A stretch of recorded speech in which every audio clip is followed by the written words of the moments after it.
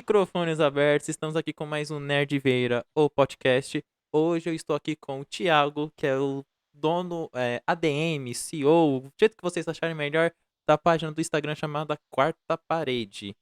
Hoje a gente vai falar um pouquinho de cinema, né? Um bate-papo mais descontraído sobre cinema, mas antes dele se apresentar, os recados dele, recados que eu vou dar para vocês que estão aqui nos ouvindo ou assistindo no YouTube.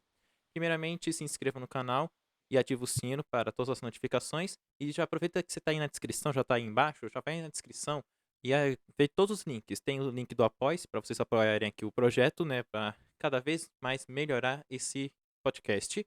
E também tem o link do meu outro podcast, que é o Nerd Cinematográfico, que no momento está passando por reformulações. Então, mas você já vai lá e começa a seguir. Os filmes que vocês não conhecem, que são duas pessoas que assistiram, no caso agora três provavelmente, porque algum filme que eu vou falar o Thiago vai ter assistido também, então eu, o Thiago e o diretor do filme assistimos o filme, então eu vou lá e comento, só eu mesmo comento no Nerd Cinematográfico. Também tem aqui os nossos links das redes sociais, das minhas e as do Thiago, é só você seguir aí todas. Vai aí já nos comentários, também comente algum convidado que você queira que apareça aqui, que eu vou entrar em contato com a pessoa. Pronto, Thiago, faça aqui a sua apresentação. Os recados foram dados. Bom, obrigado pelo convite, tá aqui muito legal. Eu já tinha assistido o episódio com o Márcio, né, que é meu amigo, então tinha visto lá vocês batendo um papo aí outro dia. Já conhecia então o podcast. E é sempre bom falar, né? Eu gosto de falar, sou uma pessoa que gosta, principalmente sobre cinema. Meu nome é Thiago Beranger, né? Como o Rodrigo já apresentou aí, eu sou dono da página Quarta Parede Cinema no Instagram, mas também sou redator lá do Cinema com Crítica, né, que é o site do Márcio, cinemacomcritica.com.br. Escrevo críticas para lá. Tem um pouco mais de 2 anos aí que eu entrei nesse mundo aí da crítica cinematográfica, né? Sempre fui cinéfilo, mas comecei a escrever mesmo, me dedicar a isso há um pouco mais de 2 anos, e estou por aí escrevendo crítica, falando sobre cinema, buscando aí aproximar o cinema, esse cinema um pouco mais, um pouco menos mainstream, né? Talvez, da galera, assim. Eu acho que é meu grande objetivo, assim, como crítico, criador de conteúdo, é fazer com que as pessoas saiam do lugar comum, assim, na hora de assistir um filme, na hora de comentar, de conversar sobre filmes. Eu acho que a gente está precisando resgatar aí o amor pelo cinema, né? Que tem morrido cada vez mais aí ao longo dos anos. Isso que eu já ia perguntar para você. Onde surgiu esse amor pelo cinema e por que você resolveu criar a página? Pô, então, o amor pelo cinema, eu não sei nem dizer quando é que surgiu. Eu sou apaixonado por cinema desde que eu me entendo por gente, assim, desde criança mesmo. Eu tinha aqueles filmes de estimação, né? Quando a gente é criança, a gente tem. Então, eu tinha 3 filmes que eu assistia, assim, diariamente, sem exagero, assim, que era Os Batutinhas, que passava na sessão da tarde direto, mas eu tinha a fita também em casa, VHS, né? É o Toy Story, o primeiro Toy Story, que foi lançado no ano que eu nasci, 95. E o Vida de Inseto, também da Pixar, assim. Eram os filmes que eu era louco, apaixonado, assim, quando era criança. Então, criança, assim, 3, 4 anos de idade. Então, eu nem sei dizer quando é que essa coisa do cinema começou na minha vida. Depois que eu fui ficando mais velho, isso só foi se intensificando, assim, tipo, briga em casa por causa da televisão, sabe? Porque eu só queria deixar em canal de filme. Eu tenho um irmão que é fascinado por esporte, assim, ele é muito louco por esporte. Então assiste do futebol até o golfe, sei lá, se estiver passando curling na televisão, que é aquele esporte que a galera vai com a escovinha varrendo o gelo, ele tá assistindo. E a gente brigava sempre porque eu queria passar o dia todo vendo filme, ele queria passar o dia todo vendo jogo. Então era uma coisa que fluiu muito naturalmente, assim, desde que eu me entendo por gente, e foi evoluindo à medida que eu cresci também, até que chegou um momento em que eu resolvi botar isso para fora, assim, de alguma forma, né? Eu resolvi falar sobre isso. Eu tinha necessidade muito grande de conversar sobre os filmes que eu assistia, né? E eu me lembro o primeiro texto que eu escrevi sobre cinema, assim, eu devia ter uns 12, 13 anos. Eu assisti um filme que me revoltou muito, que foi um filme chamado Turistas, que se passa no Brasil, né? Que fala sobre alguns estrangeiros, alguns americanos que vieram passar férias no Brasil e de repente eles são sequestrados. E aí começa o filme, né? Não vou falar o final para não dar spoiler. Mas é um filme antigo, deve ser, sei lá, de 2005, 2006, uma coisa assim. E aí eu assisti esse filme e ele tem vários estereótipos assim do Brasil, né? Ele reforça vários estereótipos assim do Brasil, do que é a cultura brasileira, de como é que as coisas funcionam por aqui. Isso me revoltou muito, assim. Eu era pré-adolescente e aí eu senti a necessidade de escrever sobre isso. Escrevi num blog que eu tinha na época, assim, que eu escrevia um monte de idiotice, assim, um monte de poesia, uns textos tristes lá, de sofrência por amor, umas coisas de menino pré-adolescente mesmo. E aí eu escrevi um texto sobre esse filme Turistas, assim, falando mal, falando sobre essa coisa de ele reforçar estereótipos, de como o cinema americano olhava para o Brasil, etc. E assim, isso ficou lá, eu apaguei depois de um tempo de vergonha, assim, porque eu, sei lá, achei ruim quando eu tinha uns 15, 16 anos, eu fui apaguei, que tem muita pena, assim, porque eu queria muito ter esse texto. Acho que seria legal, assim, ler, lembrar exatamente o que eu escrevi. E aí, por muito tempo, eu fiquei enrolando essa coisa de escrever sobre cinema, né? Escrevia, mas não publicava, ou então nem escrevia, conversava com as pessoas, né? Com meus amigos, com namorada e tudo. Até que quando começou a pandemia, eu tinha acabado de me formar, eu sou publicitário de formação, então tem um pouco a ver também, né? A gente estuda um pouco de audiovisual na faculdade, né? A gente tem um pouco disso, semiótica, audiovisual. Então, acaba que a gente vê muito filme na faculdade, né? Para poder estudar essas matérias. E aí eu tinha acabado de me formar, me formei em novembro de 2019, logo em 2020, né? Estourou a pandemia. E eu me vi, assim, o trabalho ficou pouco, porque a agência que eu trabalho ficou sem demanda, assim, muita gente foi demitida, eu acabei nem sendo demitido, mas reduziram meu salário, me forçaram a tirar férias, né? Aquela coisa, aquele desespero, agonia do começo da pandemia, e eu fiquei em casa sem ter o que fazer, trancafiado, junto com a minha namorada, naquela época, hoje noiva, e aí a gente criou um perfil, né? A gente gostava de ver filme junto e na pandemia que a gente estava com muito tempo, a gente estava vendo muito filme e a gente criou o perfil. Inicialmente o nome dele era Vendo a Dois, né? E aí o perfil a gente escrevia uma crítica por dia, assim, uma crítica não, mas um texto, porque no Instagram é muito pequeno, muito curto, é difícil desenvolver muito a ideia, né, para chamar de crítica, né? Mas a gente escrevia, né? Tentava escrever ali um texto por dia, eu e ela. E a coisa começou a crescer, assim, a gente começou a ganhar seguidores organicamente, assim, 2, 3 meses a gente já tinha quase 5.000 seguidores.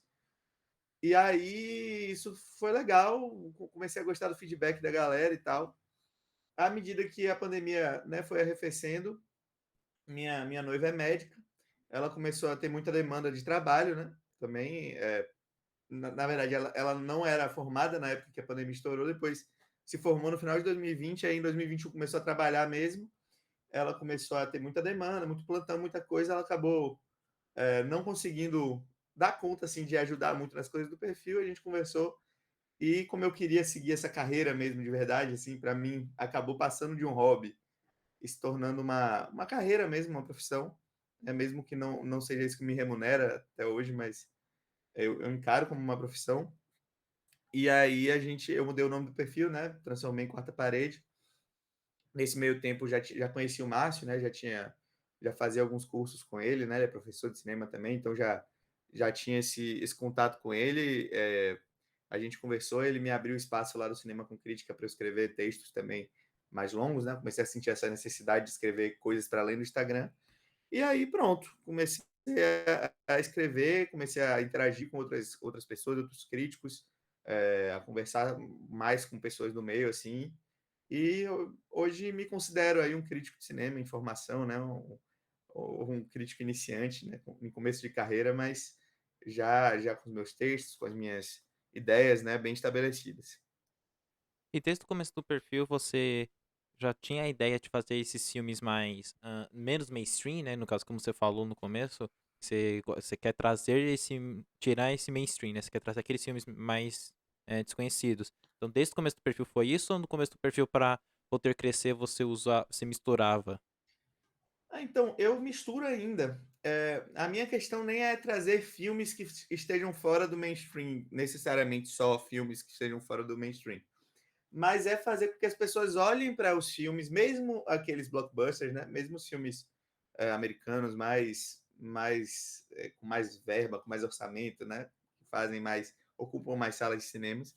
Mesmo para esses filmes que as pessoas olhem com um olhar diferenciado, assim, sabe? Encarem o cinema como uma arte que ele é, sabe? E eu acho que ultimamente a gente tem visto muito o cinema como um negócio, né? Como uma forma de ganhar dinheiro, né? As empresas, a própria indústria tem encarado cada vez mais só dessa forma, né? Antigamente a gente tinha filmes grandes, claro, os blockbusters, que não são de hoje, né? Vem lá da década de 70, de 80, mas a gente tinha também filmes médios, filmes pequenos que passavam nas salas de cinema, né? E aí, com o advento do streaming, com a mudança do mercado que a gente tem visto acontecer, a gente tem monopólios assim no cinema, né? Só passa um tipo de filme. E esse tipo de filme é visto muito como conteúdo, sabe? Virou uma lógica assim de parece que é um publicitário, né? Eu estudo publicidade, eu sei o que é isso, que escreve os filmes, né? Não é mais um artista, não é mais uma expressão sincera ali de uma pessoa querendo contar uma história, querendo, né, se expressar de alguma forma ali as suas ideias, e passa muito mais por esse lugar do comercial, sabe? Esse lugar mercadológico de pessoas que fazem filmes sob demanda, assim, sabe? De uma maneira muito direcionada para o que vai agradar a determinada parcela do público, né? E não que isso não existisse antes, mas passou a existir de uma forma hoje muito monopolizada e muito assertiva também por conta dos algoritmos e de toda a assertividade que o marketing hoje tem, né? Que a produção de conteúdo hoje pode ter, né? Pesquisando. E isso passou a ficar muito engessado nesse tipo de pesquisa, sabe? No que a galera sabe que vai funcionar ali com o público e tal. E o cinema passou a ser visto menos como arte e mais como esse aspecto assim muito mais mercadológico. Eu acho que isso faz mal. Então, acho que mesmo esses filmes blockbusters, esses filmes gigantescos, eles podem ser encarados também por esse viés artístico, né? A gente olhar para os filmes com carinho, assim, de uma forma mais percebendo mais o que tem ali por trás, né? Além daquela historinha que vem para a gente enlatada. Então, por exemplo, ultimamente aí o Doutor Estranho, o último filme do Doutor Estranho, eu amei o filme, achei muito bom. É um filme, um blockbuster da Marvel, né? Que eu tenho, né? As pessoas me veem criticar muito a Marvel às vezes e tal. Mas não é porque é um filme da Marvel que eu não vou gostar. Adorei o Doutor Estranho, porque tem ali um diretor, tem ali um cara muito bom por trás daquele filme e que tem ideias muito interessantes sobre cinema, que tem muito a ver com o que eu acredito de cinema, que é o Sam Raimi, né? Enfim, e que ele conseguiu expressar. Aí atrás mesmo do seu fundo tem um cartaz da Liga da Justiça, né? Do Snyder. Ah, não, isso Não sei se daí. esse cartaz é do Snyder ou é Não, do não, não. Joss É, Whedon. é o do Joss Whedon, mas é tipo uma conquista. É tipo aquelas conquistas da Xbox. É porque foi muito longe pra eu conseguir esse pôster, então eu faço questão de ter ele ali. Mas eu não gosto do filme, não. Então, do Joss Whedon eu não gosto, mas o do Snyder eu gosto bastante. Eu acho mó legal. Eu acho que o Snyder também é um diretor que tem uma visão própria, assim, que muita gente critica, muita gente acha ruim, mas de alguma forma ele tem uma visão dele ali, sabe? Um filme do Snyder, você bate o olho e você sabe que é um filme do Snyder, né? Você Uhum. não, o do Joss Whedon não. O Joss Whedon é um diretor genérico, um diretor que eu não gosto, mas o Snyder você bate o olho ali e tem uma expressão ali, tem uma forma dele fazer isso, né? Fazer o cinema de herói e trazer isso para o mundo. Então, é mais esse olhar, sabe? Não é tanto essa questão de só trago filme desconhecido. Não, obviamente eu falo também sobre filmes desconhecidos, porque eu acho que a gente acaba ganhando muito mais quando a gente abre esse leque, né? De coisas. Eu costumo dizer que eu passei a me divertir muito mais com o cinema depois que eu passei a entender um pouco mais de cinema. Porque agora, quando eu gosto de um filme, eu sei porque eu gostei. Então, eu gosto mais ainda, sabe? E aí eu me divirto vendo um filme ucraniano da década de 70, sei lá, em preto e branco, tanto quanto eu me divirto vendo um filme da Marvel. Então, assim, eu tenho um leque de opções assim para ver filme que é muito maior do que quem só assiste filme de herói, que vai ter ali 3, 4, 5 lançamentos por ano, né? Então, eu acho que para quem curte cinema, para quem gosta de ver filme, você entender, se aprofundar, abrir mesmo a cabeça para outras coisas que também são legais, né? E isso não desmerece os blockbusters, mas só diversifica esse mundo de possibilidades que é o cinema, né? Que já tem aí mais de 100 anos de história e tem inúmeras, incontáveis, sei lá, milhões de obras por aí que estão esperando assim que a gente veja e que a gente descubra elas. Olha, recentemente houve uma. Não sei se você chegou a ver, né? Porque eu que também, o meu algoritmo do TikTok e do Instagram, ele me manda um monte de coisa. Porque ele fala: Meu Deus do céu, que cara aleatório, vamos jogar qualquer coisa aqui pra ele. Eu vi que muita gente estava criticando a questão sobre a Disneyficação do cinema. Porque o pessoal só tá indo pro cinema ver justamente produções da Disney. Ou de estúdios que são da Disney, como a Marvel, a Pixar e a Lucasfilmes. Você acha que assim, ele tá mesmo existindo isso? Tá mesmo a Disney tá padronizando o mercado, fazendo com que os outros estúdios acabam tendo que tentar fazer a mesma fórmula Disney e para conseguir alavancar o público? Eu acho um pouco, sim. Assim, a Disney ela tem se tornado cada vez mais um monopólio, né? O Uhum. cinema tem se tornado cada vez mais um monopólio da Disney, né? O cinema não, a indústria do entretenimento como um todo, né? O cinema, a televisão, o videogame, sei lá, tudo, a Disney, a música, a Disney tem se espalhado assim, né, por muitos desses setores, comprado outras empresas, né? Como foi o caso da Fox aí, para a gente falar de cinema, né? Comprado um estúdio grande, tradicional, como é a Fox, como foi a Fox.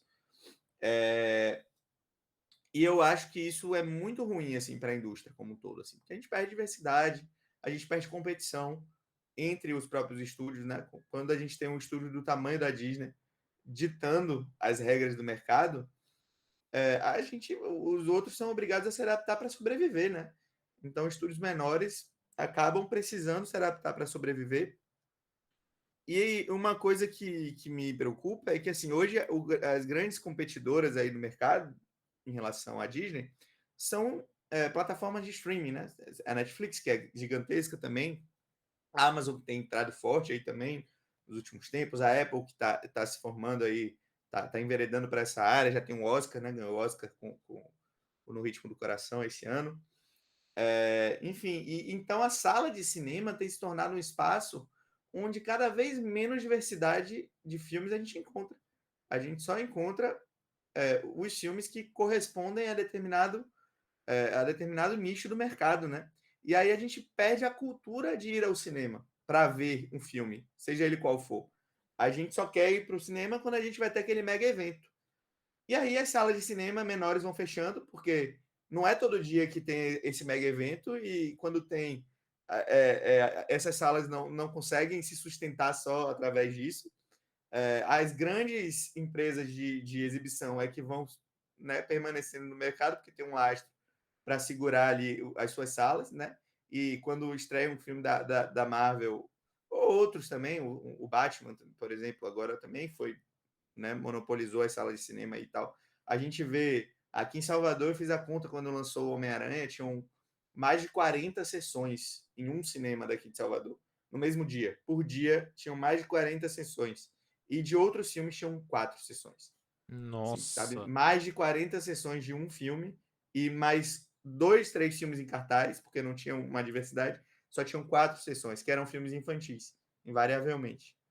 Então, isso é muito ruim, sabe? Uhum. Isso é muito ruim para o cinema. O James Gray até deu uma entrevista recente, né? Que é um diretor que eu gosto muito. Ele lançou um filme em Cannes agora, o Armageddon Time. E ele deu uma entrevista falando sobre isso, né? Ele falando justamente que o problema dele não é com os filmes de herói, que existem ótimos filmes sendo feitos, né, dentro do cinema de herói, mas com essa ideia de que a gente perde o costume de ir ao cinema. A gente a gente só tem um determinado tipo de filme, então a gente tem 5 lançamentos por ano, a gente vai no cinema 5 vezes por ano. E todas aquelas outras semanas que esses filmes não existem, o cinema também não existe na mente da maioria da população. Quando antigamente ir ao cinema era uma coisa independente do filme que estava passando, sabe? Era um hábito das pessoas. Ir ao cinema era uma tradição, era um hábito que as pessoas tinham. E para ver, sei lá o quê, independentemente do que fosse passar. Ir ao cinema era legal, só por ir ao cinema. E hoje não é. Hoje a gente precisa que o cinema entregue para a gente um conteúdo mastigado, um conteúdo que tenha é, interseções com quadrinho, ou que, né, que tenha cheio de referência. A gente vai ver um filme já pensando no próximo, né? A gente vai ver um filme da Marvel já pensando na cena pós-créditos que vai dar para a gente um spoiler do próximo filme. Então a gente nem curte aquele filme, aquele momento, né? A gente está mais preocupado com o que vem por aí do que com o que está passando ali na hora. E isso é muito ruim. Eu acho que vai empobrecendo essa ideia do cinema como arte e vai tornando o cinema mero negócio, né? Porque dinheiro o cinema está fazendo. Nunca fez tanto quanto está fazendo hoje, né? O cinema da Marvel é muito lucrativo. O cinema de herói é muito lucrativo, né? Se tornou muito lucrativo. E então, assim, do ponto de vista do dinheiro, tá rolando muito dinheiro no cinema. Mas do ponto de vista da cultura, né, da arte ali, de você ir ao cinema por ir ao cinema, de você prestigiar outros filmes, de você ter outras opções para ver, de você ter esse amor realmente por essa arte, a gente tá se perdendo cada vez mais, assim. Então, isso para mim é muito negativo, sabe? Não tenho problema nenhum com filme de herói. Adoro. Vou ao cinema, vejo todos. Né? Vou em pré-estreia, inclusive, porque eu não me aguento e acabo indo de madrugada ver essas porra desse filme aí, ó, para poder assistir, para poder comentar no dia seguinte, porque o próprio mercado ele Sim. impõe isso a gente, né, que é criador de conteúdo. Então não tenho problema nenhum, vou ver do mesmo jeito e não tenho preconceito nenhum. Quando eu gosto, como foi o caso aí do Doutor Estranho, que eu já dei um exemplo, o próprio Liga da Justiça do Zack Snyder, outros filmes, o Homem-Formiga é um filme que ninguém gosta, eu adoro o filme, acho muito legal. Enfim, outros filmes de herói por aí, mas eu acho que do ponto de vista mercadológico e artístico também, essa ditadura, assim, esse monopólio tem empobrecido muito, assim, como qualquer monopólio, eu acho, em qualquer área, é, só gera distorções, né? Eu acho que dentro do cinema é a mesma coisa, né? A gente já tinha um oligopólio ali, né? De poucas empresas, né? De poucos estúdios comandando ali, principalmente o cinema hollywoodiano. Hoje, isso tem cada vez mais, tá ficando cada vez mais na mão de um único estúdio, e aí é muito ruim, né? Assim, esse ano a gente teve só 3 filmes que conseguiram passar da barreira dos 800 milhões de dólares arrecadados. Que foram eles: The Batman, que foi o primeiro, inclusive, nesse ano. Sim, O Doutor Estranho no Multiverso da Loucura, que tá próximo a 1 bilhão. E tem o Top Gun o Maverick, que Top também Gun. tá arrebentando. Eu colaborei na bilheteria dos três e eu me sinto orgulhoso, porque dois foram demais. E tem o Doutor Estranho.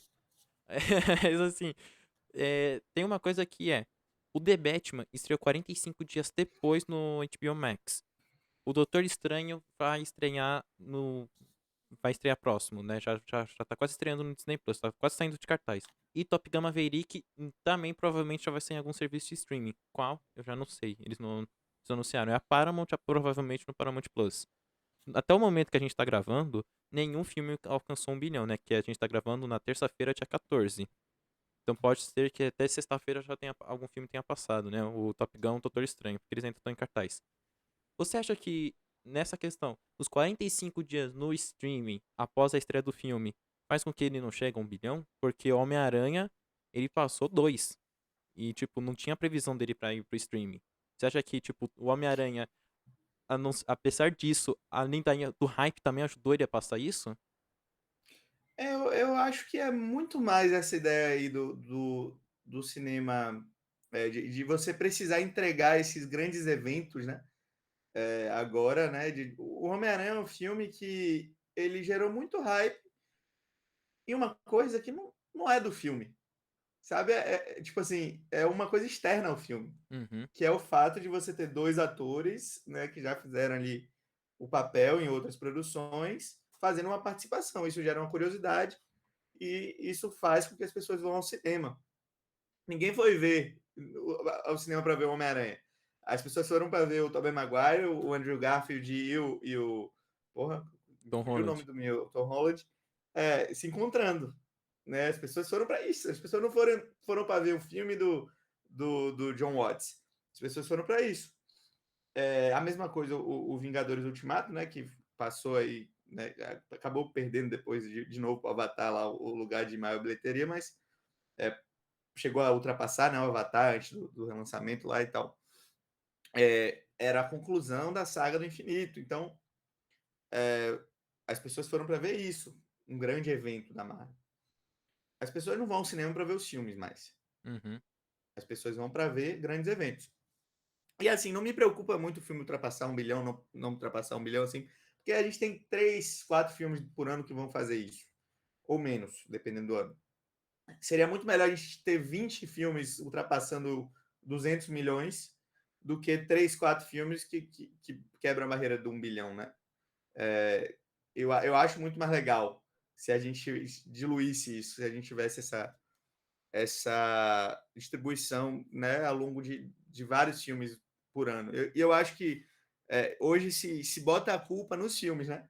É porque Uhum. o filme não levou as pessoas para o cinema, mas não é.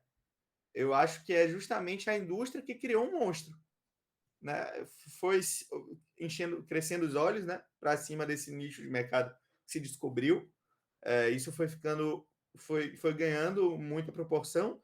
Obviamente, aquilo estava funcionando, dava dinheiro, era naquilo que se investia mais pela lei do mercado e acabou se criando um monstro assim dentro da sociedade mesmo. As pessoas não têm mais o costume de ver outro tipo de filme, só vão ver esse tipo de filme. E aí os outros filmes, que são de outros tipos, vão perdendo público e não vão sendo lucrativos e vão terminando no streaming. Eu acho que a janela de 45 dias, ela influencia muito pouco nesse processo. Eu tenho isso para mim, assim. Uhum. Eu não acho que as pessoas deixam de ir ao cinema ver esses grandes filmes, porque 45 dias depois ele estará no streaming. Eu acho que não. Eu acho muito mais prejudicial essa janela para filmes menores. Certo. Por exemplo, o Shyamalan é um diretor que eu gosto muito. Ele brigou muito aí para o Old, né, para o tempo. O último filme dele não ter uma janela mais longa de exibição, né? Justamente por isso. O Nolan é outro cara que briga por isso. O Villeneuve, né? Que são diretores que também são diretores muito grandes, né? Em Hollywood, o Villeneuve e o Nolan, mas que acabam fazendo filmes um pouco mais autorais, né? Eles têm brigado por isso justamente porque aí sim, produções médias ou em produções grandes que não sejam esses grandes eventos, isso vai impactar. Porque a gente tem um mundo hoje cada vez menos. A gente está passando por um momento, né, na economia mundial muito difícil, né? Então, no Brasil, a gente está vendo a crise que a gente está vivendo. Ninguém tem dinheiro para ir para o cinema todo dia. Ingresso para o cinema é caríssimo. Né? E as pessoas sem dinheiro descapitalizadas, elas vão escolher o filme que elas vão assistir. E aí no cinema, né? E aí, nesse momento, quem ganha é o blockbuster da Marvel. Ou o filme de herói da DC, né? No caso do Batman. Então, os filmes médios, os filmes grandes também, mas que são de outros nichos, são um pouco mais autorais, acabam sendo mais prejudicados pela janela. Eu acho que os filmes da Marvel, os filmes de herói, em geral, eles não são muito prejudicados por essa janela. No caso do Top Gun, eu acho que Top Gun é uma bola dentro, assim, sabe? Do cinema mesmo. Eu tô muito feliz com a repercussão desse filme, assim, porque é um cinema blockbuster também, né? Um grande filme, um filme gigantesco, com um grande astro do cinema, que é o Tom Cruise, né? Que talvez seja o grande astro do nosso tempo, assim, né? O último dos grandes, das grandes estrelas de Hollywood que ainda leva as pessoas para o cinema para ver ele, né?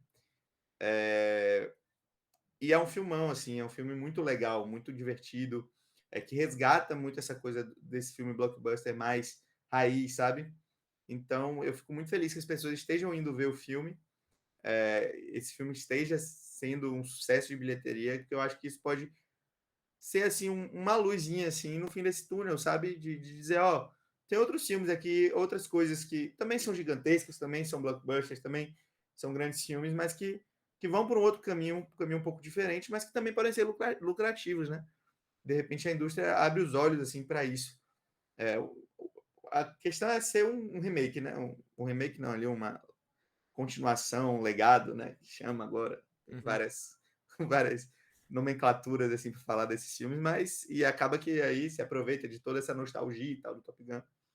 Mas eu acho positivo também que seja um filme que é cinema, sabe, que não é feito numa tela verde, que é filmado Ah, mesmo, que as sim. pessoas vão ali, pilotam um avião, botam uma câmera ali dentro e as coisas explodem de verdade, sabe, não é só computação gráfica, não tenho nada contra também a computação gráfica, mas é um outro tipo de cinema que também está sendo lucrativo e, pô, que bom, assim, porque de alguma forma ajuda a diversificar um pouco, a encorajar os grandes estúdios a também darem chance, assim, para produções um pouco diferentes, ganharem verba e irem ao mundo, assim, irem para o cinema. Olha, você citou aí em um momento o fator Zack Snyder, porque assim, você está aqui de frente com um grande fã do diretor Zack Snyder. Porque assim, eu sou fã mesmo, eu assumo, eu falo. O maior erro da DC foi ter contratado um cara tão artístico quanto o Zack Snyder. Porque o cara não sabe contar uma história curta. Que nem ele quiseram que ele contasse em Batman vs Superman ou naquele filme desastroso ali que eu me recuso a falar o nome. Mas o.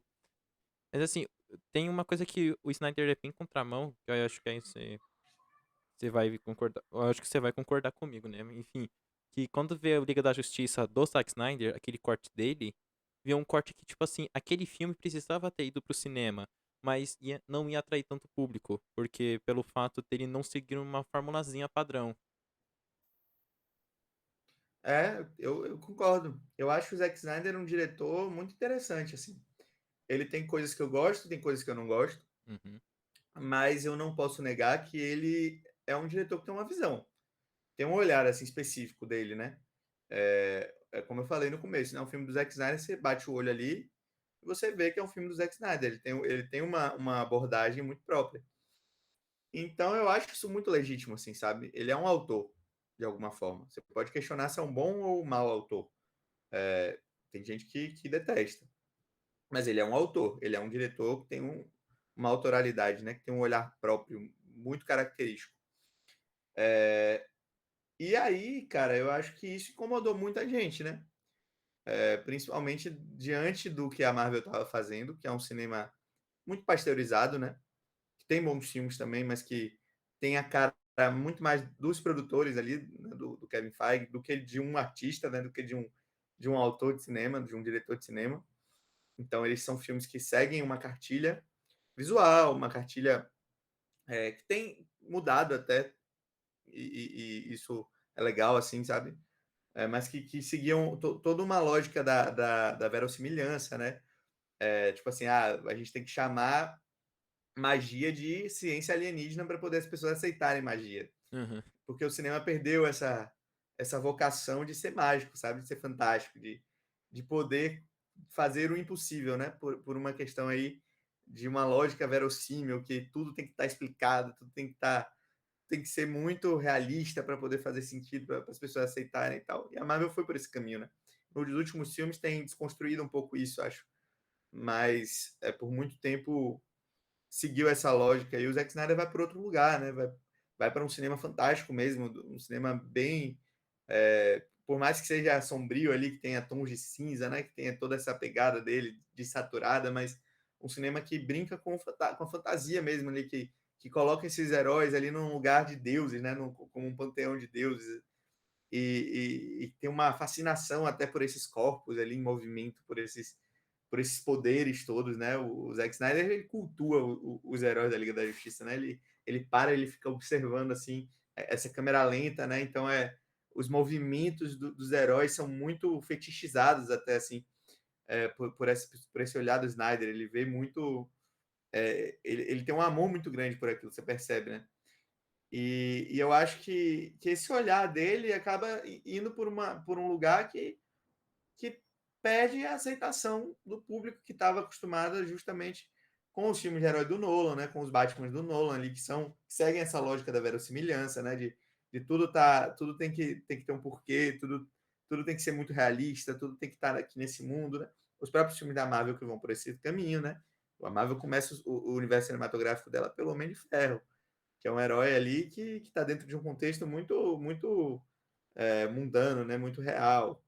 E aí, quando vem o Thor, é muito essa coisa de é um alienígena, não é um deus, Mago, não é um deus. Olha a diferença. A gente tem um Zack Snyder que trata um alienígena, que é o Super-Homem, como um deus, e a gente tem a Marvel tratando um deus como um alienígena, né? Que é o contrário, é a abordagem justamente invertida que eles escolhem dar, assim. E naquele momento, principalmente ali no final dos anos 2000, né? O mercado se voltou todo para um lado. E aí o Zack Snyder veio fazendo outra coisa na hora errada. Sabe? Na hora em que o público tá aceitando uma coisa completamente diferente. E aí vem um filme estranho, como é o Batman vs Superman, é um filme estranho. Eu lembro que eu fui no cinema ver, e eu não estudava cinema, né? Eu gostava de cinema, mas não lia sobre cinema, não tinha livros de cinema, enfim, não tinha nenhum estudo sobre cinema mais específico, nem faculdade eu acho que eu fazia na época de publicidade. E fui ver aquele filme, eu saí do cinema achando estranhíssimo. Aquela divisão em capítulos, daquele jeito, né? E a história dava uns saltos, assim, muito grandes. E não fazia questão de se explicar muito. Estava muito mais preocupada com a forma ali, né? Com aquelas duas forças da natureza se degladiando ali, com o jeito de você mostrar aquilo acontecendo, né? Do que com a história em si, amarrar uma historinha ali muito bem construída, etc. E aí as pessoas não aceitam aquilo, né? Eu adoro esse filme. E eu levo porrada o tempo todo, de todos os lados, por eu gostar desse filme. Assim. Todo mundo fala que eu sou maluco e tal, mas eu adoro esse filme. E eu saio do cinema, gente, o que foi que aconteceu aqui, sabe? Eu adoro sair do cinema assim, de falar, caramba, pô, que foi isso que eu vi, sabe? E aí depois eu vou entender se é porque é estranho só ou se é porque é bom. No caso do Batman vs Superman, eu nunca nem reassisti, porque eu não quero nem correr o risco de não gostar. Mas eu vi essa vez, né? Foi a única vez que eu vi no cinema e eu achei aquilo legal, porque era estranho, porque podia desse lugar comum e tal. Então, acho que o Zack Snyder tem isso, mas também eu acho que o Zack Snyder tem uma coisa que tem um fator ali relacionado a ele, que não é do cinema dele, mas que ele acabou simbolizando, que é uma coisa que eu acho muito ruim também, que é essa ideia de o fã ditar o que vai ser visto na tela do cinema. Isso eu acho que é muito perigoso. O release da Snyder Cut, né? Toda essa campanha aí, agora o Restore the Snyderverse, toda essa campanha aí, ela vai por um caminho muito perigoso, né? A Uhum. galera indo no IMDb, abaixando a nota de outros filmes, só para, sei lá, essa coisa meio troll, assim, sabe? Dos fãs de um diretor específico, de uma empresa da DC, da Marvel, essa guerrinha, essa coisa. Eu acho que isso impõe uma coisa muito difícil, assim, porque o cinema é uma experiência passiva. Ela é uma experiência que alguém planeja, constrói, dirige, né, uma ideia de alguém e que ela vem até a gente de uma maneira impositiva mesmo. A gente está aqui sentadinho na nossa cadeira, a tela de cinema é muito maior do que a gente, ela é gigantesca, a gente não tem o controle sobre aquilo, né? A luz, né? A projeção vem de trás da gente, então a gente não tem nem o controle sobre aquilo. E a gente dedica 2 horas ali, 3 horas, sei lá, do nosso dia a viver a experiência que é conduzida por outra pessoa, que é o diretor de cinema. Então é uma relação passiva do espectador, de confiar naquilo, de se deixar levar por aquele negócio. E aí, no momento em que você coloca na mão do espectador o controle sobre isso, você impõe várias amarras aos diretores. E você faz com que esses diretores precisem entregar uma coisa que ele sabe que as pessoas querem ver. Então, isso me preocupa, porque você tira da mente criativa de uma pessoa a capacidade de te entregar uma coisa que às vezes você nem estava esperando, porque ele só vai te dar aquilo que você quer. Então, isso me preocupa, assim, esse movimento todo que foi feito para que o filme de Snyder fosse lançado e não sei o quê, e você colocar na parede ali os executivos da, da empresa, da Warner, né, nesse caso, para poder fazer com que o filme viesse do jeito que as pessoas queriam ver, e eu acho preocupante. Assim, a Liga da Justiça do Joss Whedon é uma merda.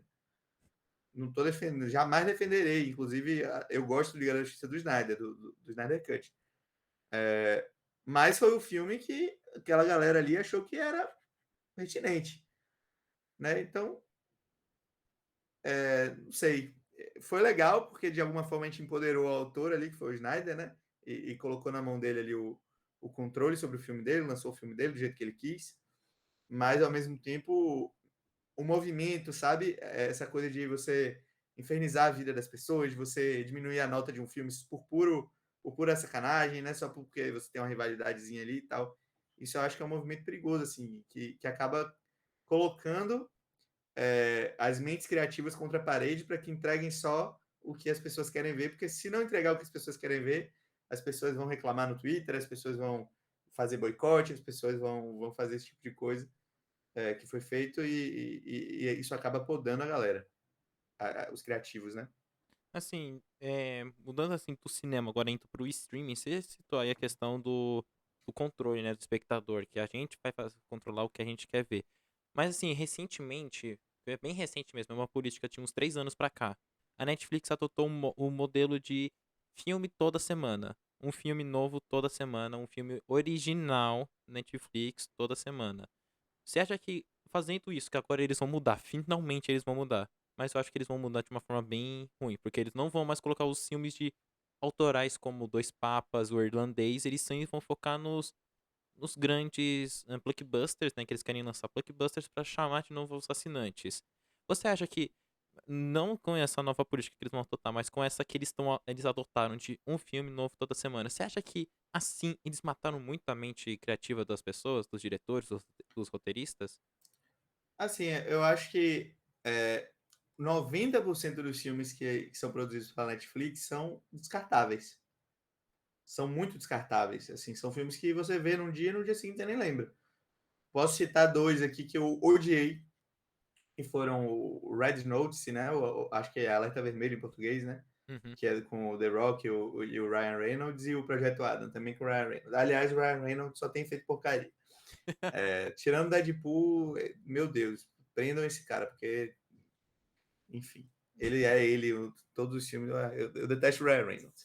Mas, eu gosto do Deadpool, mas detesto o Ryan Reynolds. Então, eu acho que 90% dos filmes da Netflix, lançados pela Netflix, são descartáveis. Mas tem 10%, tinham 10%, né? Que eram importantes, que empoderavam pessoas que estavam perdendo espaço. O Scorsese é um exemplo. O Irlandês é um grande filme. Assim, eu ouso dizer que é um dos maiores filmes do século XXI. Um dos melhores filmes do século XXI, tranquilamente. Eu digo isso sem nenhum peso da consciência. E um dos melhores dele. O Scorsese é um grande Uhum. gênio, tem filmes imensos na história do cinema, mas eu acho que o Irlandês entra, para mim, tranquilamente no top 5 dele, assim, dos que eu já vi. E só foi feito graças à Netflix. O Roma, sei lá, do Quaron, tem gente que ama, tem gente que odeia, mas é um filme que tem uma visão ali bem pessoal do diretor e tal, e foi feito graças à Netflix. E outros tantos filmes. Isso é importante, né? Isso era o lado bom do streaming, assim, essa capacidade de empoderar, assim, alguns diretores que estavam sem espaço na sala de cinema por conta daquele processo que a gente já comentou, né? Uhum. De você impor na sala de cinema determinado parâmetro ali, determinado tipo de filme que vai passar. E aí você botava na mão desses caras orçamento, mesmo que o filme fosse para o streaming, paciência, né? Alguns vão para o cinema também, né? Hoje em dia, os filmes que vão concorrer a prêmio, né? Aliás, sempre foi assim, mas a Netflix tem lançado cada vez mais filmes, né? Com uma janela mais curta ali de cinema, mas só para concorrer e tal, né? Aos prêmios depois. E isso é legal. Eu lembro que eu vi no ano passado A Mão de Deus no cinema, que foi um filme que eu adorei também, concorreu ao Oscar de melhor filme internacional, filmão, era Netflix. Enfim, então isso era positivo, esse empoderamento a diretores, a outros mercados também, a gente passou a ter acesso a conteúdo de outros lugares, que era uma coisa que a gente não tinha tão mastigado assim, né? Só quem buscava, só quem era mais cinéfilo, assim, quem entendia um pouco mais de cinema, quem ia buscar essas coisas de outros países, de outros mercados é que encontrava. o grande público não tinha acesso a, sei lá, 5, 6 anos atrás, o Round Six, o fenômeno que foi, não seria possível. Uhum. Porque a gente não tinha acesso às produções sul-coreanas e tal, que a gente já entra num outro lugar, num outro assunto, que é a questão do Estado interferir ali e ter políticas públicas ali para o audiovisual, para as séries, para os filmes poderem ganhar o mundo, né, como a Coreia do Sul tem feito. E aí o streaming era esse lugar mais democrático, mas à medida em que a Netflix percebe esse... eu acho que a Netflix está fazendo uma leitura muito errada do que está acontecendo. A Netflix está perdendo assinantes. Para mim, não é por causa desses filmes. Muito pelo contrário. É por causa dos filmes que eles estão dizendo que vão fazer mais agora. Porque ninguém aguenta mais, cara, ver todo dia o Ryan Reynolds fazendo ele mesmo e em um papel diferente toda semana. Entendeu? Ninguém aguenta mais filme genérico, filme que é descartável. As pessoas assinam uma plataforma de streaming para ver os grandes filmes, sabe? Ou para assistir as grandes séries. A Netflix tinha grandes séries. O House of Cards é uma grande série, né? Que foi lançada pela Netflix, a primeira, né, lançada pela Netflix, né? De alguma forma. E hoje a gente tem séries que, porra, o Stranger Things talvez seja a última grande série, assim, né? Que a Netflix lançou e que a Netflix ainda investe e tal, mas também é um formato que eu acho que é muito custoso, que daqui a pouco também vai deixar de acontecer. A gente vai ter a Barraca do Beijo 2, 3, 4, 5, 10, 20, 30 mil sendo lançados toda semana e eles achando que é isso que a galera quer ver. E assim, beleza, muita gente assiste esses filmes, né? Eu mesmo assisto a muitos desses filmes quando eu não quero pensar e, né, tô ali na frente do... Eu nem gosto de usar essa expressão de não querer pensar, porque acho que todo filme cabe de ser pensado, assim, a gente pode pensar em todos os filmes, mas enfim, às vezes a gente tá afim de ver um besterol, uma coisa mais água com açúcar mesmo e tal. E tem grandes filmes de água com açúcar aí também feitos, mas as pessoas assinam uma plataforma de streaming porque elas querem ter acesso a filmes bons, não a quantidade.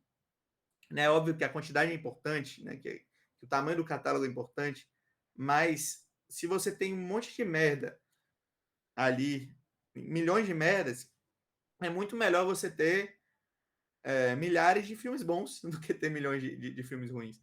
A HBO vai para outro caminho, por exemplo. Toda a série da HBO é muito boa, porque tem um filtro ali, tem um filtro muito bom de conteúdo ali na HBO.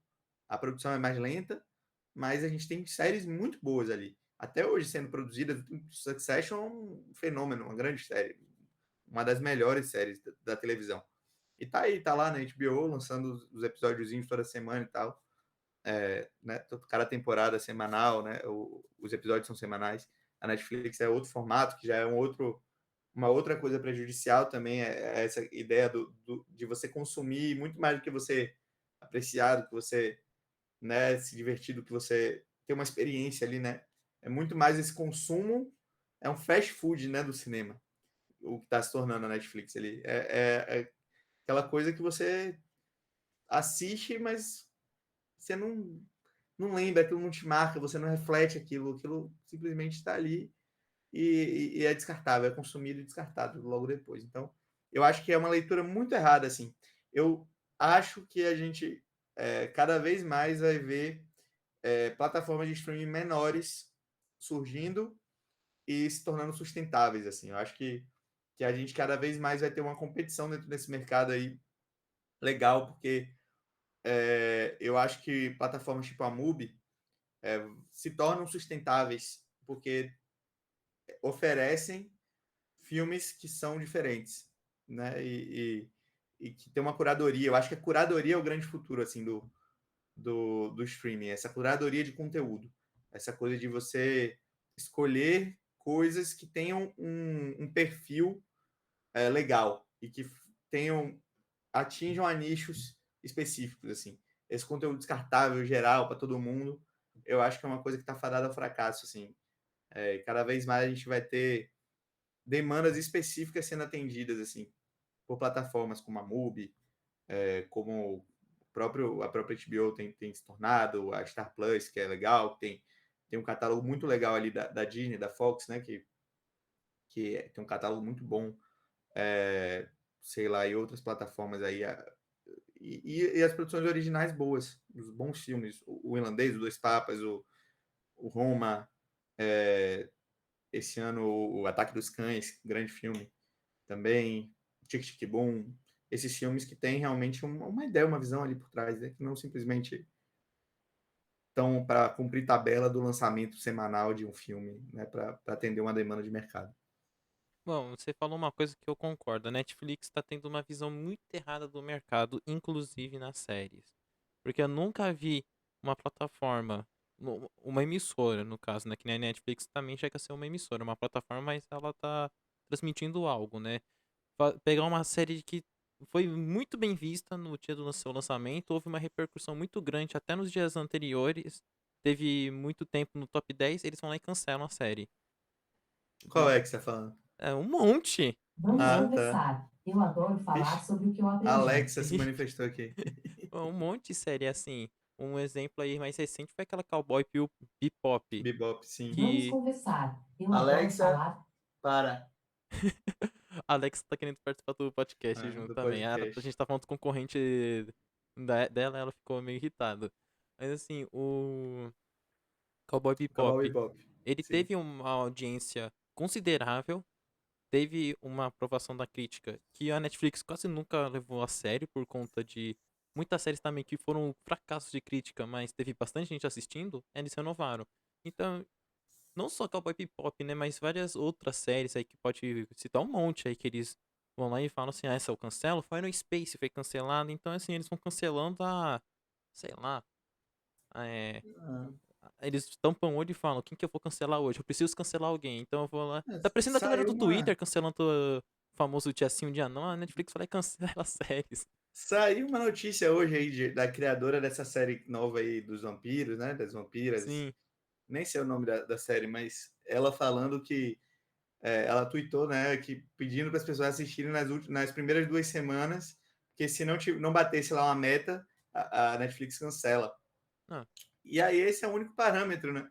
Que é, a gente tem. Não interessa se aquilo é legal, se aquilo pode ter um potencial. Se não der uma resposta imediata, acabou. Eu gostava muito de The Away, eu sou frustrado, assim. The Away é uma série que tem muito fã, assim. eu vi outra série É, aí. pois é, adorava The Away. Assistia, pô, era louco, né, nas 2 temporadas. A primeira temporada, principalmente, foi muito boa. O Sense8 das Wachowski também eu sou fã delas, assim. Sou muito, muito fã das Wachowski. Então, adorava o Sense8 também, foi a mesma. No final acabaram fazendo o episódio lá, né? O final, mas cancelaram depois da segunda temporada. Várias séries assim, né? Porque eles querem essa resposta imediata. E aí, o que vai dar a resposta imediata? A série que é baseada num livro que muita gente leu, né? Uma série baseada em quadrinho que muita gente. Nem isso às vezes funciona. O Cowboy Bebop é um exemplo, né? Um Não, anime muito. essa série foi cancelada no dia seguinte que a primeira É, temporada foi lançada. Isso foi um é um absurdo. absurdo, né? É muito louco isso, né?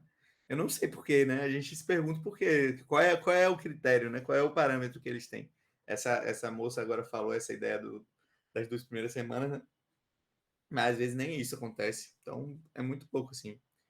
Realmente desistir de entender qual é a estratégia de negócio da Netflix. Pô, e eu estudo isso, cara. É louco, porque. E eu admiro a Netflix, eu acho a Netflix uma empresa do ponto de vista da comunicação mesmo, né? De como a Netflix se comunica, muito inteligente, assim. Acho que revolucionou. Um case de sucesso, assim, para a gente que trabalha com publicidade, com rede social. Sim. A gente tem a Netflix como um case de sucesso mesmo de personalidade de marca, né? De uma marca que se conseguiu ter uma persona ali muito, muito bem sucedida, e fazer essa transposição dessa persona ali para diversas plataformas de uma maneira muito orgânica. Então, a Netflix tem um jeito de se comunicar que a gente reconhece muito a identidade ali da Netflix, né? Eu acho isso admirável, assim.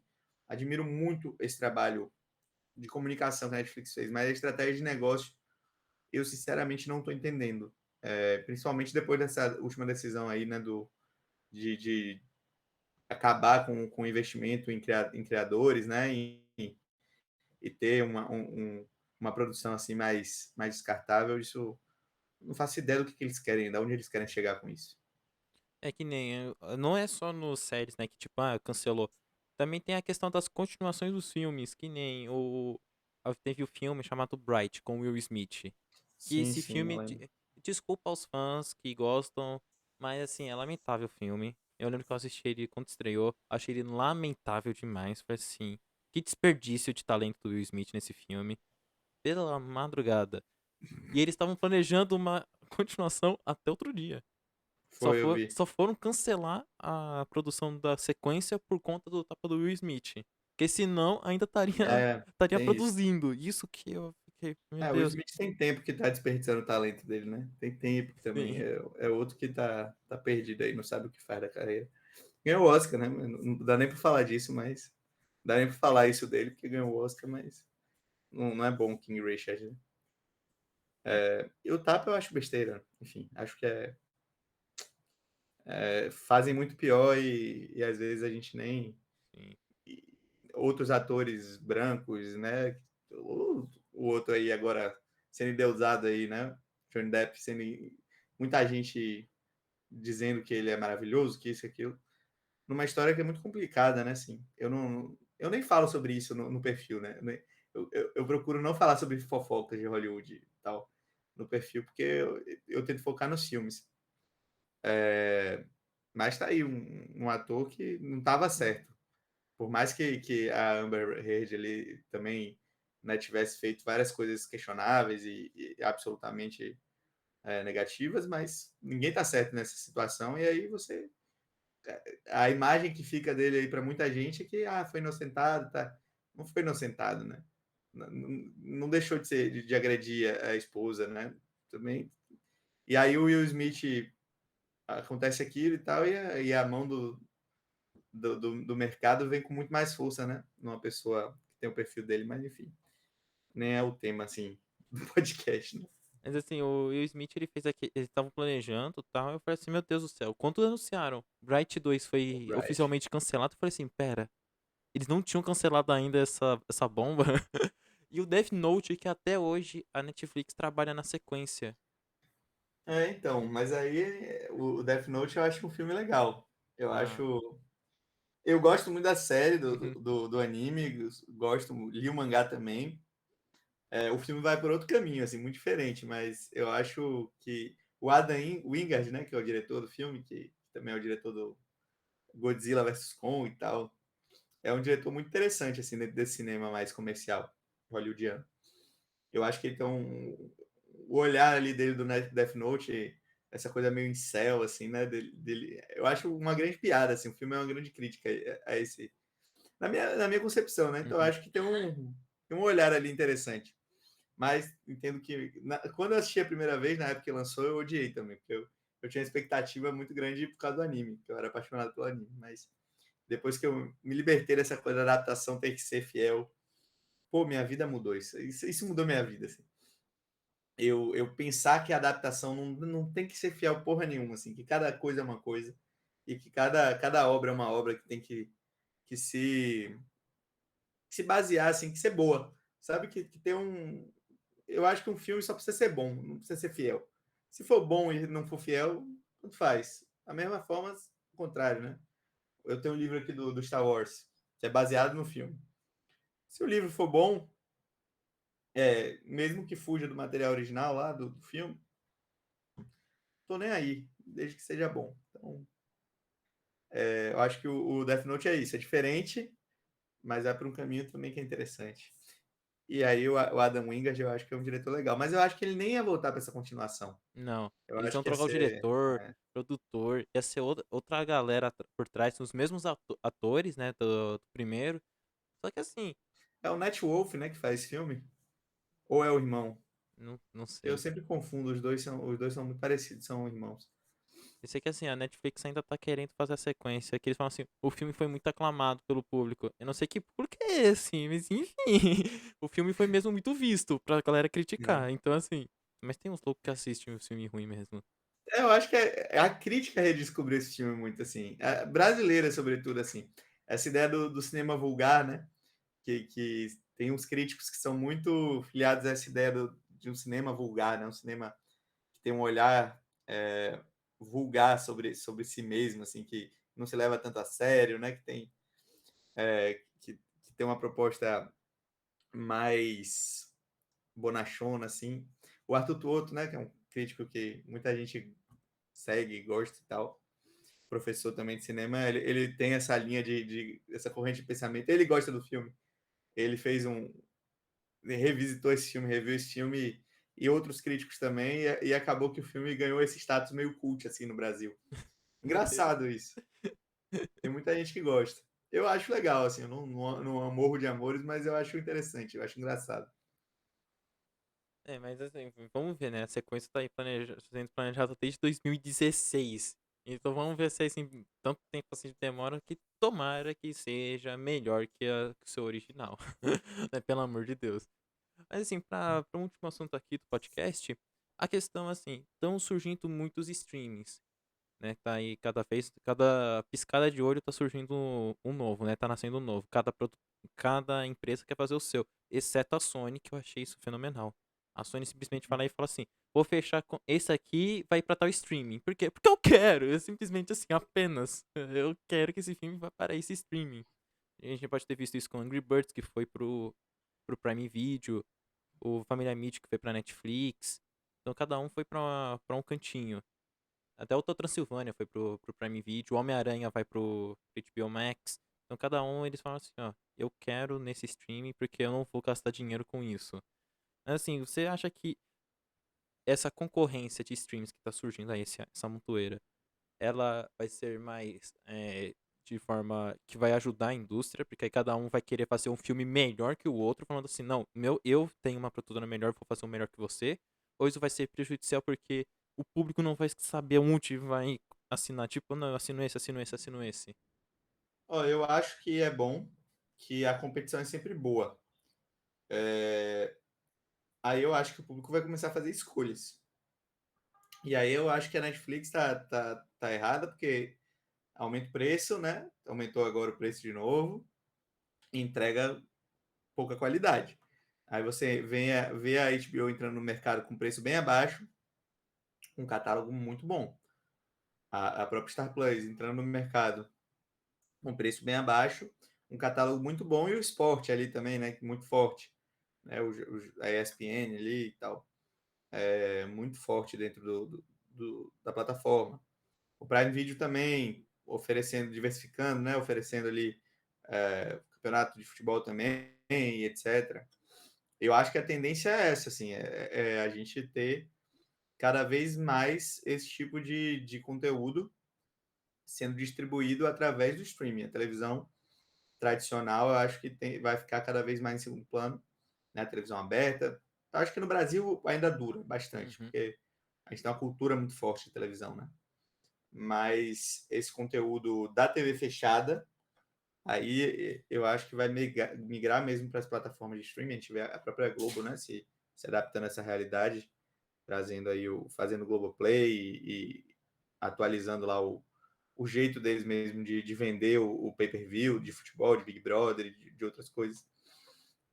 Então, acho que a competição vai ser sadia nesse ponto, mas eu acho que o mercado ainda está procurando um equilíbrio, principalmente em relação a como precificar isso, porque ninguém aguenta pagar 7, 8, 9, 10 streamings caros, né? Então, isso vai ter que se tornar acessível de alguma forma, senão as pessoas vão ter que fazer escolhas. E aí, algumas dessas escolhas podem acabar matando algumas dessas iniciativas aí. Eu acho que a Netflix é a grande bola da vez aí, é o grande. Tem que abrir os olhos mesmo para essa realidade, porque ela tinha um monopólio também Uhum. desse mercado do streaming, né? Por muito tempo. Ela fundou esse mercado e ela monopolizou esse mercado por muito tempo. E agora não. Agora a gente tem opção. A concorrência eu acho sempre positivo. Sempre. Em qualquer âmbito assim da economia, se você tem um monopólio, você tem distorção. Aqui é muito confortável para a Netflix sentar em cima do monopólio dela e ficar ali de majestade, né? Da mesma forma da Disney do cinema e etc. E aí, quando você tem outras opções, a zona de conforto acaba se abalando. Então, acho que vai ser positivo. Agora, como é que isso vai funcionar, principalmente desse ponto de vista financeiro para as pessoas, né? Consumidor final, é uma coisa que eu acho que o mercado ainda precisa encontrar um jeito de vender isso de uma maneira que se torne sustentável. Porque se bombar aí um monte de plataforma, não vai ser sustentável cobrar muito caro. Vamos ver. Eu acho que o catálogo também faz muita diferença, né? Uhum. O catálogo prévio, não só lançamentos futuros, mas o que aquela plataforma oferece, assim. Por isso que eu gosto muito da HBO e da Star Plus, porque eu acho que o catálogo é muito bom, principalmente do cinema hollywoodiano mesmo, antigo, de grandes diretores, sei lá, Brian De Palma, tem muita coisa do Brian De Palma, muito bom lá no Star Plus, o Clint Eastwood, muita coisa dele na HBO Max, diretores gigantescos, assim, a HBO tem, a Warner tem um catálogo muito legal, muito, muito grande, a Disney com a Fox também tem um catálogo muito bom, e a Netflix precisa construir esse catálogo, a Netflix não tem, tava construindo, né, mas não tem, as produções originais da Netflix são de alguns anos para cá e muito mais nessa ideia do descartável do que dos grandes filmes, né? E aí a HBO chega e a Star Plus entra com grandes filmes no catálogo, com 100 anos de cinema ali dentro para ser visto, eu acho que também é interessante, sim. Pensar por esse lado, assim, não só pensar nos lançamentos, mas pensar nesse arcabouço, assim, né? Nesse catálogo que já existe. E dar acesso às pessoas a isso, né? Porque é muito difícil. Quem não baixa filme, né? Quem não apela para pirataria, para o torrent, acaba não tendo acesso a muita coisa, né? Eu acho que essa competição também vem para ajudar nesse ponto, assim, de dar acesso a muito filme mais antigo, filme de outros países, né? A MUBI, um catálogo incrível que a MUBI tem, incrível, maravilhoso, assim, de filmes de vários países diferentes e tal. É muito interessante também pensar por essa perspectiva. Mas, gente, é isso. Esse foi o papo aqui do episódio. E, Thiago, se despeça aqui da galera aí, anuncia suas redes, faz o seu jabá aí. Ah, beleza. Obrigadão pelo convite, cara, assim, foi muito massa estar aqui com você, bater esse papo. Para quem quiser me acompanhar um pouco mais, estou lá pelo Instagram, no Quarta Parede, @quartaparede.cinema. Sou eu por lá, produzo um conteúdo mais acessível, assim, né? Mais do dia a dia, sobre cinema, dou muita dica, principalmente, escrevo textos também curtos, publico por lá, o que está passando aí, principalmente dos lançamentos, os textos, né? E as dicas de filmes mais antigos também. Estou presente lá no site do Cinema com Crítica, né? cinemacomcritica.com.br. Meus textos mais longos vocês encontram por lá. Também estou no Twitter, no @Thiago, com TH Beranger. Aí lá eu falo muito sobre cinema também, mas também choro por causa de futebol. Eu gosto, minha segunda paixão. Eu sou torcedor do Vitória, então a coisa não tá boa pra gente. E tô no Letterboxd também, que é a rede social assim mais direcionada para cinema, né? Quem não conhece é muito massa. É uma rede que possibilita que você registre tudo que você assistiu, que você veja tudo que seus amigos assistiram, que você crie listas, crie uma lista também, uma watchlist, né? Então, é muito, muito legal essa plataforma para quem curte cinema. Meu usuário lá também é o Thiago Beranger, com TH, tudo junto, vocês me encontram por lá. Eu registro absolutamente tudo que eu assisto. Então, acaba que serve também como muita dica, assim, né, pra Uhum. galera que acompanha lá o Letterboxd ver o que as pessoas que ela confia, né, que ela sabe que tem um gosto mais ou menos parecido, assim, o que essas pessoas estão assistindo e estão dando estrela, né, dando uma notinha mais alta e tal. Acaba servindo muito como um guia também. Eu uso muito dessa forma, pelo menos. Então, estou por lá também, para quem quiser me acompanhar. É só seguir, mandar um direct, eu respondo todo mundo, bato um papo, né, sobre cinema sempre. Estou por aí. É isso, gente. Então, todos os links aqui, todos os arrobas, os links estão aqui na descrição, juntamente com os meus, que é o Nerd Cinematográfico, também lá no Spotify, um podcast exclusivamente de áudio, diferente desse aqui, né, que é mais um videocast. Então é isso. Estão todas as redes sociais na descrição, o link do Apoia-se também para vocês ajudarem aqui o projeto. Não se esqueça de se inscrever, ativar o sino, todas as notificações, não deixe o YouTube escolher qual notificação você vai receber. Você vai receber todas. Eu espero vocês numa próxima. É isso. Valeu!